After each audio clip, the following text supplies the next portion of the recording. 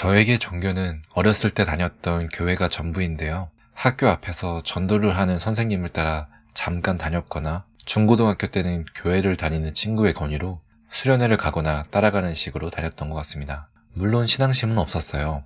그렇게 잠깐이나마 교회를 다녔을 때를 떠올리면 제가 느꼈던 종교에 대한 이미지는 고귀함, 차분함, 장난을 치면 안 되는 것, 선을 넘으면 안 되는 것, 헌신적, 조용함 등의 이미지를 작년 국제불교박람회의 소식을 듣기 전까지는 그렇게 가졌었어요. 종교를 생각하면 떠오르는 것들을 새롭게 변화를 시도한 종교가 있는데 불교입니다. 저는 종교가 현대적으로 변화하는 과정, 불교가 문화적으로 소비되는 현상을 한번 관찰하고 싶었어요. 서울국제불교박람회를 알게 된 건 작년 유진 스님의 디제잉 공연입니다. 디제잉 공연의 장소가 불교 박람회라는 걸 알고 꽤 충격을 먹었었는데 행사 굿즈들을 보니 단번에 이해가 되었어요.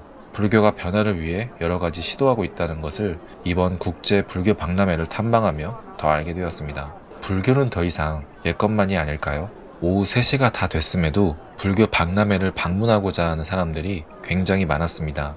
이게 종교 행사라고 할 수 있을까? 이 많은 사람들은 불교라는 종교가 하는 행사에서 무엇을 기대하기에 이렇게 많은 사람들이 몰리는 걸까요? 사람들은 요가를 하고 굿즈에 대해 이야기를 나눴어요. 티셔츠 판매점은 인산인해를 이루었고 목탁을 두들기며 불교에 대해 한 걸음 이해하려는 모습도 눈에 보였습니다. 제품들은 여기저기 매진의 연속이었어요. 프로그램 중간중간 스님의 강연이 있는데 준비한 자리가 꽉 찰 만큼 인기가 높았습니다. 불교 박람회의 인기를 실감한 순간이었어요. 이 정도의 인기는 코엑스에서 진행되는 다른 문화행사, 전시회보다 월등히 높은 인기라고 보여집니다. 이러한 것은 단순 유행일까요? 아니면 불교의 새로운 미래일까요? 단순 유행일 수도 있지만 불교가 종교의 새로운 변화를 시도하고 있다는 건 맞다고 보입니다. 제가 느꼈던 불교 박람회는 다른 문화행사를 갔을 때 느꼈던 즐거움, 새로움, 기대감을 느낄 수 있었고 사람들은 불교 문화를 종교를 떠나 즐겁게 소비하고 있었어요.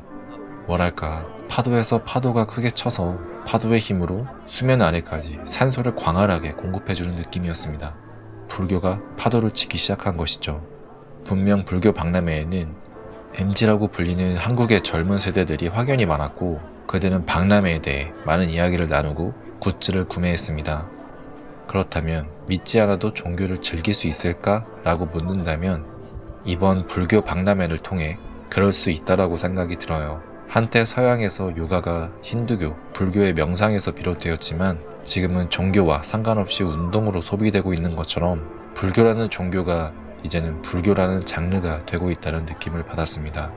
불교의 입장에서 불교 신앙자의 수가 얼마나 중요한지는 모르겠지만 경제적, 유지적인 측면에서 중요하다면 불교 입장에서도 새로운 형태의 가능성을 보지 않았을까 싶습니다. 더 나아가서 종교라는 것은 현재 어느 시점에 있고 어디로 가고 있을까요?